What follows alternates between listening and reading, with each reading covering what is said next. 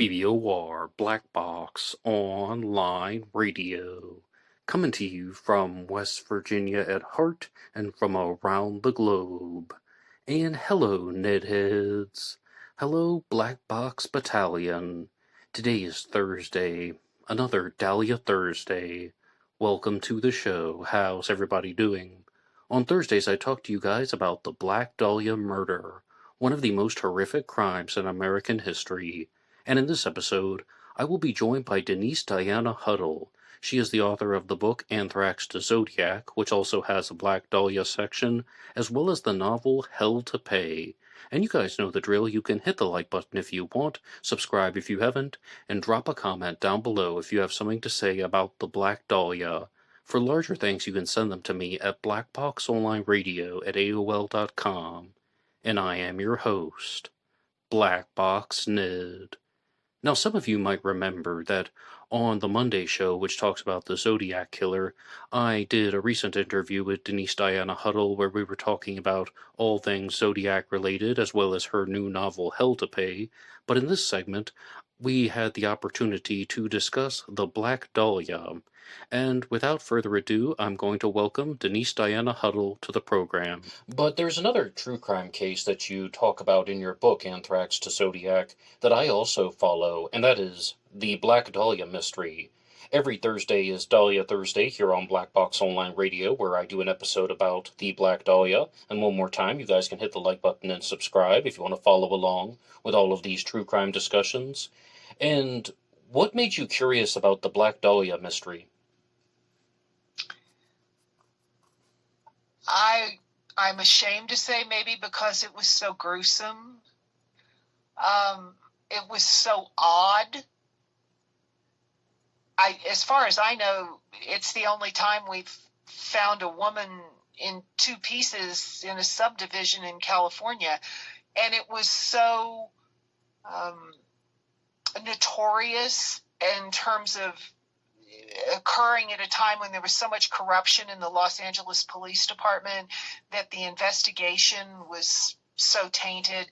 And I think that was a very interesting time in American history. We were just coming out of World War II, and we were in this boom time, and the world was, the Depression was over, and people were, starting brand new lives with all this hope. And here's this woman horribly mutilated and left in a vacant lot. So yeah, I just thought that's something I would like to know more about.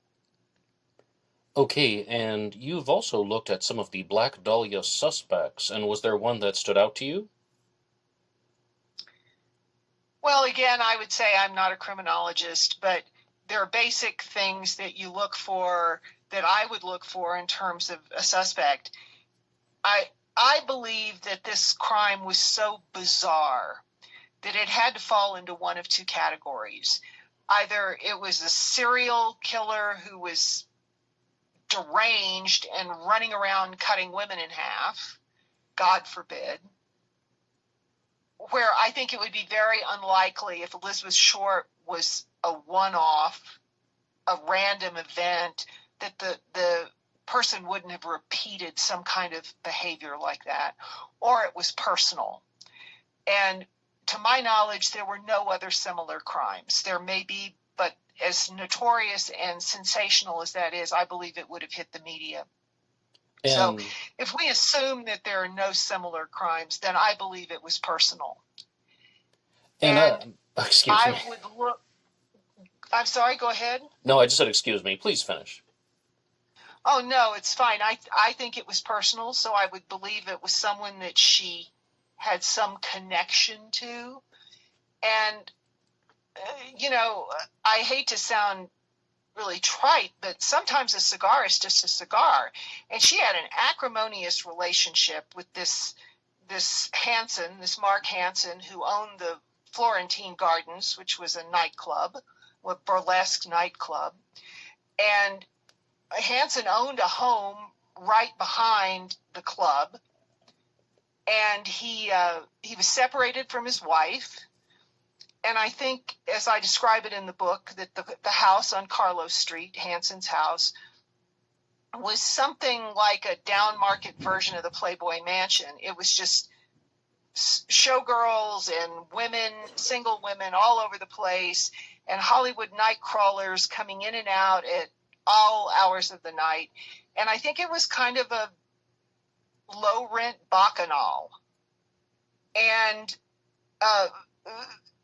when Elizabeth Short and one of her friends, a woman named Margaret, had been staying with a band leader named Zaid.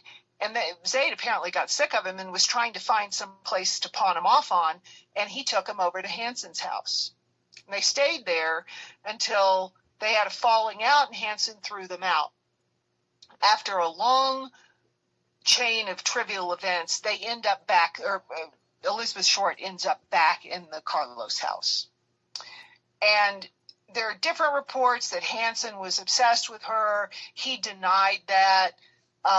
She seemed to have a way with men. I don't know why a single man running a place like that would have a woman in that house. He certainly wasn't there to discuss abstract expressionism with her. I mean, what was she doing there if it wasn't some kind of illicit arrangement? He didn't know her. He had no previous relationship. She wasn't his niece, his cousin's best friend, anything like that. She just showed up at his house with this band leader. So here's this guy who's separated from his wife. He's had an acrimonious relationship with her. He's thrown her out twice. He admitted that she called him after she left the Biltmore. He just couldn't remember what day it was. But her connection, her only close connection, was with a woman named Ann Toth or Ann Toth. And Anne was under the impression that Elizabeth had gone to the Bay Area to spend Thanksgiving and Christmas with her sister, or spend Christmas with her sister. But apparently Hanson knew that she had not done that she had been in San Diego. And he didn't learn that because he was Karnak the Magnificent. I mean, he knew that, and Toth reported that he knew that. So if he knew that he had had some contact with her after she left the Biltmore, after she left San Diego. Also, I think that there were other suspects. This Dylan, who inserted himself into the investigation and was having all of this communication with someone named Rivers, accusing someone named Connors. And when it all shook out, it turned out that Connors was an alias for one of Hanson's friends. So there were all of these people around the investigation who were suspects at one point or another that were connected to Mark Hanson. So, I mean, I don't want to turn this into like brain surgery. I mean, here's a guy who's running kind of a tawdry bawdy situation in his house with a lot of young women, who had an acrimonious relationship with her, who was involved with a lot of sort of nightcrawler type people. And Hanson was friends with a doctor named Patrick Riley, or O'Reilly, I can't remember, who had been convicted and imprisoned for sadistic sexual behavior against a woman. And O'Reilly would have had the skills to perform that surgical procedure. So I don't think it's that hard. If I had to pick somebody, I don't have to get up in the morning and think up 50 reasons that he could be the guy. Those reasons are just there. Okay, and I really do thank you for that. So it sounds like you're of the mindset that Elizabeth Short was not murdered on or around January 9th of 1947. That's when she's last seen alive, but her body's not found until January 15th. So people are thinking, well, there's going to be at least 5 days that are unaccounted for. I mean, that's not rocket science. And it sounds like you're of the mindset that she went to meet somebody and she spent time with somebody, and it's just those whereabouts aren't purely documented. Did I get that right? That's the way it strikes me, especially because there's the witness who came forward and said that he saw a woman dressed similarly. There's a letter on the Black Dahlia in Hollywood website that he sent to the Los Angeles Police Department, saying that on the morning of the 14th, he saw a woman in disarray wearing similar clothes to what she had last been seen with, walking toward the Carlos house. Now, how reliable that is, who knows? But I haven't ever seen any evidence in the record about an estimated time of death. I don't know if such a thing exists and I just missed it, but I've never seen anything about an estimated time of death. But in the photographs, the grotesque and horrible photographs that I've seen, the body does not appear to be decomposed. Well, yes, I mean, I agree with you. I've never seen anything about the time of death either, because that's why some people think that she was murdered sometime after January 9th, and her body was moved to a refrigerator or even a freezer. And I don't know if the medical examiner could tell those things so easily, but I have not seen anything that confirms the time of death, because a lot of people think that it was perhaps, looks like she had only been dead 10 or 12 hours. You might see those types of estimations, but then they're like, well, she wasn't definitively seen for 5 days. What on earth is happening? So people try to reconcile the information in different ways. I mean, I think that that's how some people stitch things together, but it's part of the mystery. We genuinely don't know when she died. We don't know the time of death. And I also agree that her body doesn't look like it's severely decomposed. And yes, the crime scene photos are not only online, they're even on YouTube if you search hard enough. I don't recommend that people do that, they're horrific, but that's true. Well, and I think that I'm not certain. I don't think that I've ever seen in the literature how her body was managed after the autopsy. I don't know where she's buried. But I can assure you that an embalmer can tell if a person has been frozen. I would expect so. And if an embalmer can tell, a medical examiner certainly can.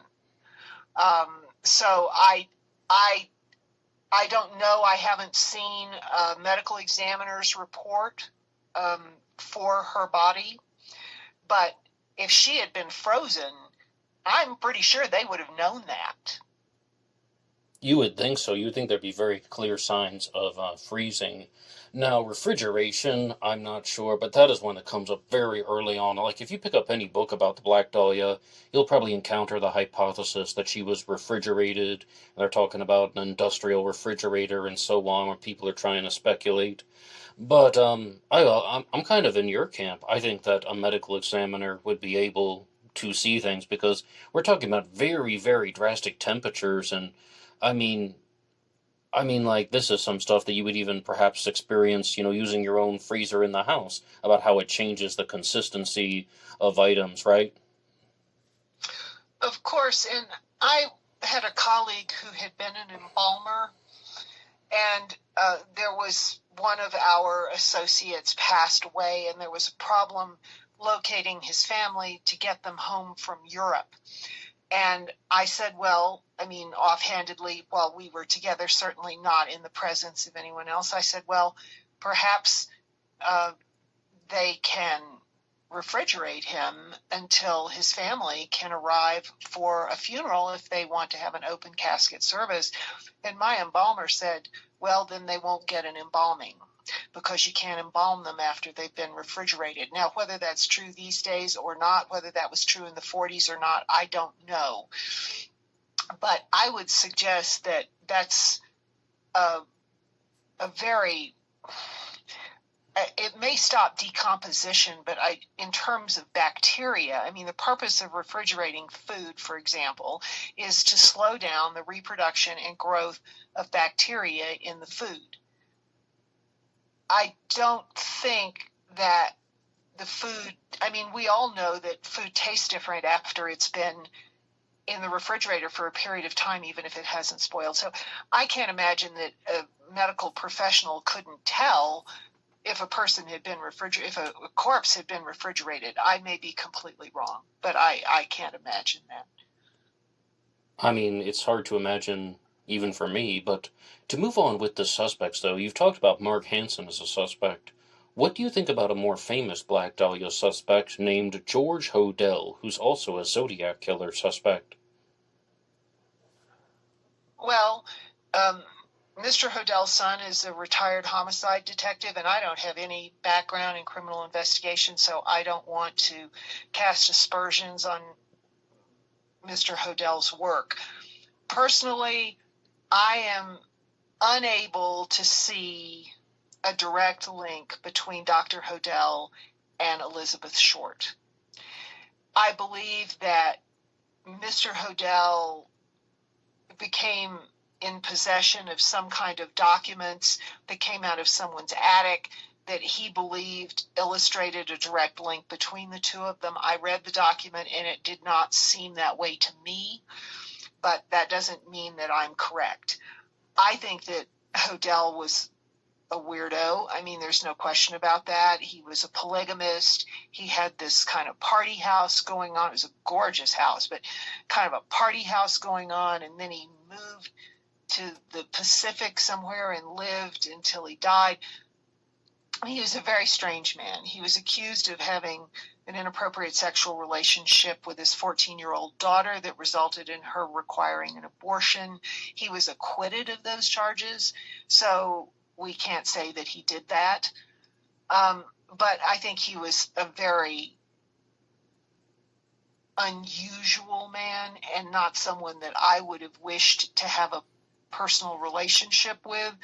But I just don't. And do I think he was probably nuts enough to have done something like that? Yeah, but we don't have a direct link between him and Elizabeth Short. And if we don't have that link, then why did he only do it once? If it wasn't personal, why did it only happen once? That's my question. Yes, and to build upon off of something that you said earlier on, maybe we can find similar crimes somewhere in the United States or around the world that would resemble the Black Dahlia, but I don't think there's any crime that is identical to the Black Dahlia murder. So I agree in that terms, identical. I mean, very, very specific things were done to Elizabeth Short, the Glasgow grin, the bisection, and let alone the way that the body was disposed and posed. I mean, it's a very, very unique type of murder. But there are other victims who have been dismembered. I mean, in some similar ways, but not with these exact hallmarks. And is that what you're kind of going at?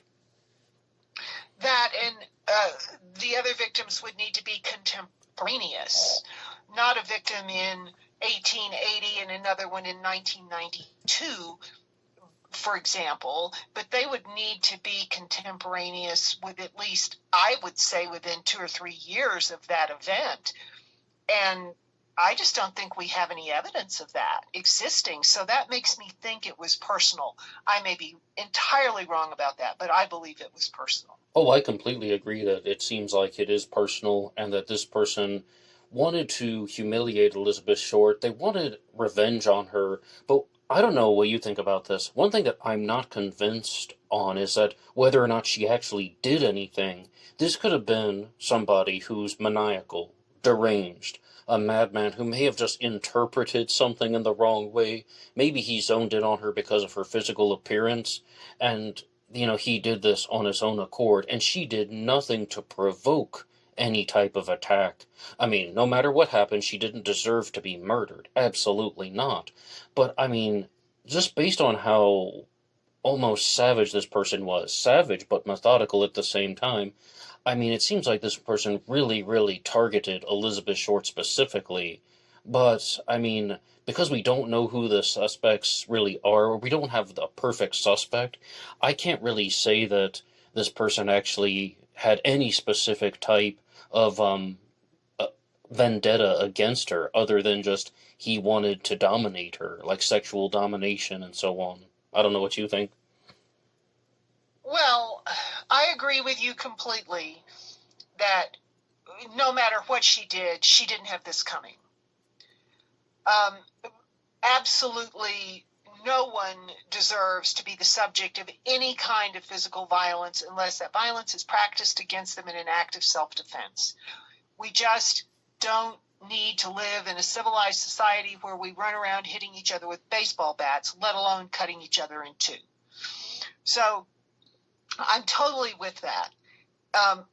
She didn't have to do anything to have, quote unquote, made them mad, so that they would have taken out their rage on her in this way.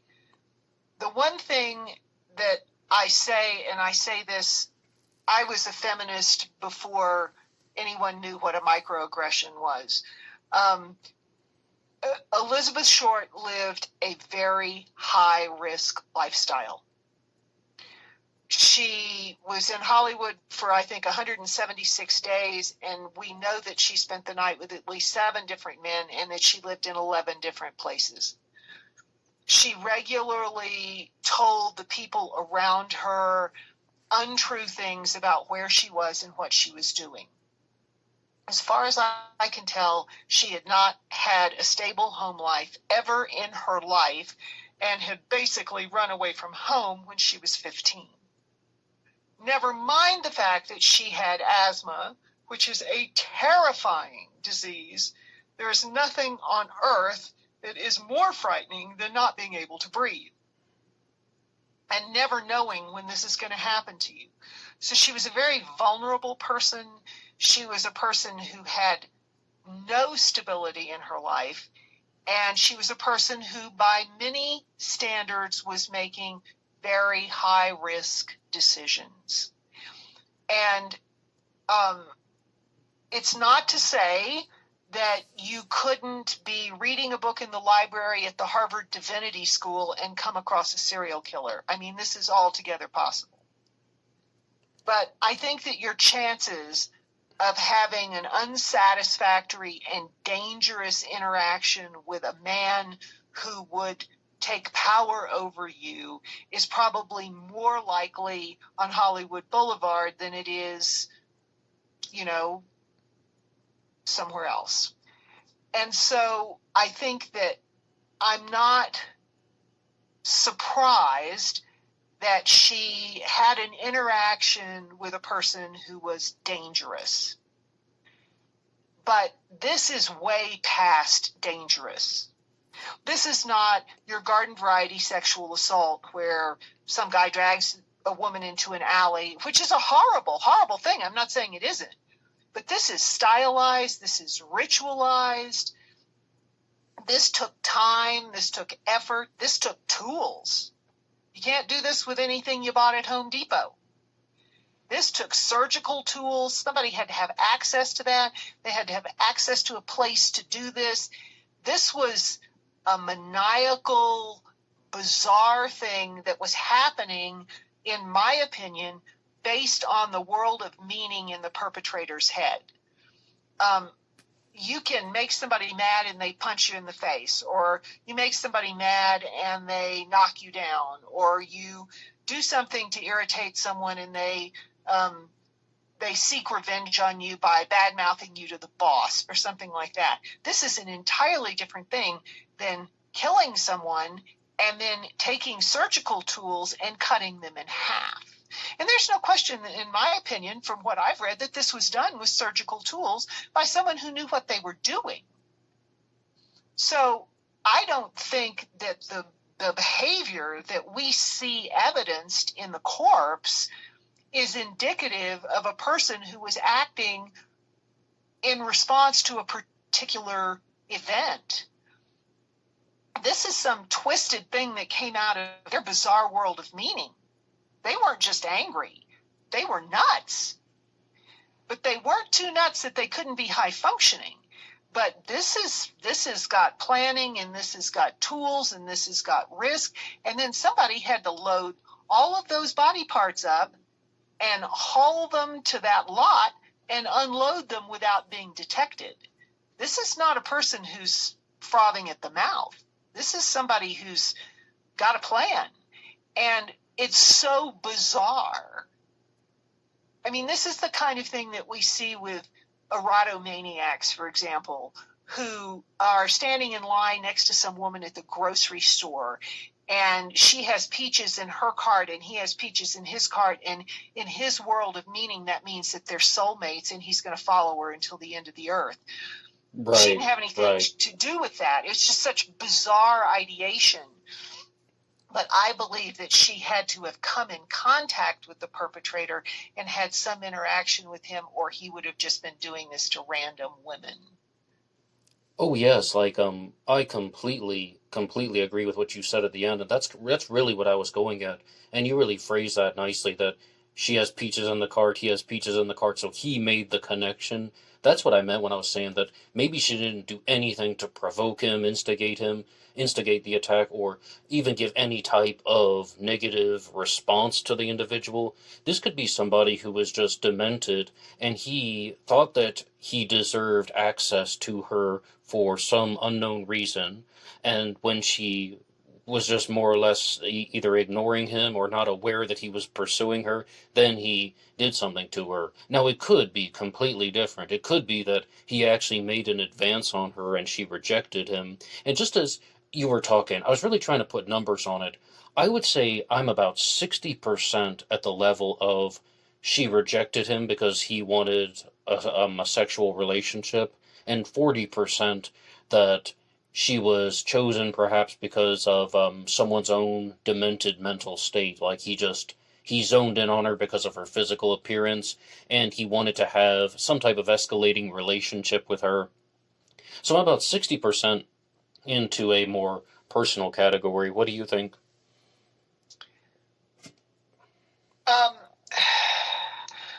I really have to think that through, because I think it's possible that it could be both of them. Fair enough. Not necessarily that she rejected his sexual advance, but that Elizabeth Short was not behaving in a way that was entirely consistent with wanting a long-term relationship. I didn't know the woman. I don't know what was in her head. But if you're really looking for a long-term relationship, I don't think that you pick guys up on Hollywood Boulevard and have one-night stands with them. Maybe you do. I don't know. That would not be my preferred approach. But in that circumstance, I can envision, and I'm not saying this is what happened, but in that circumstance, I can envision a deranged erotomaniac not wanting to take "see you later, Charlie" as a good sport. Sure. You know, he picks her up, he takes her to a hotel, he buys her dinner, whatever. There's years, decades, centuries of men thinking that you owe them something because they sent you a drink in a bar or bought you dinner or whatever. So something that she could have taken very casually could have triggered something very bizarre in his head in terms of some kind of rejection or perceived rejection. She may have been operating under the theory, okay, this is, I'm going to get a place to stay for a few days and then I'm going to go on to the next rodeo. And he could have been perceiving of her as his eternal soulmate or whatever. So I think it's possible that there was a difference of perception there, but it had to be a difference of perception with someone who had surgical tools and a place to do surgery. So it sounds like you're of the mindset that's something similar to what John Douglas described in the book, The Cases That Haunt Us, where this is someone with a mental illness or a combination of mental illnesses, but he has the ability to hide it, and it doesn't immediately affect his outward appearance and behaviors. And, he can go through his daily life, but he's actually dealing with a lot of deranged thinking as well as a propensity to commit violent acts. I mean, that sounds perfectly reasonable to me. I mean, that would be, I hear that description and I say, yeah, that describes how I envision this person. And once again, those were the words of Denise Diana Huddle. She is the author of the book Anthrax to Zodiac, as well as the new novel Hell to Pay.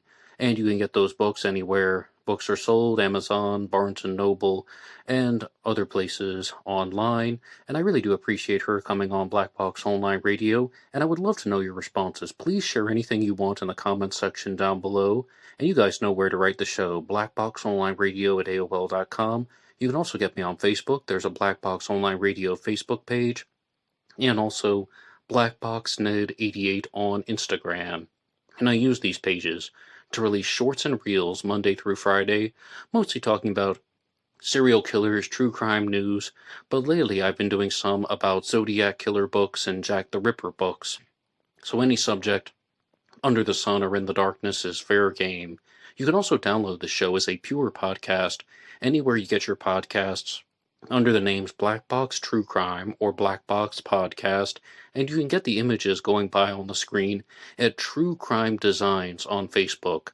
They are archived at True Crime Designs, one more time, on Facebook. And if you want to support all of these efforts, you can go over to buymeacoffee.com. Buymeacoffee.com/blackboxned88 allows you to make a donation or contribution to help support the show, and anybody who makes a donation will get a shout out on Zodiac Monday. And I will see you guys tomorrow for an episode about D.B. Cooper. Until next time.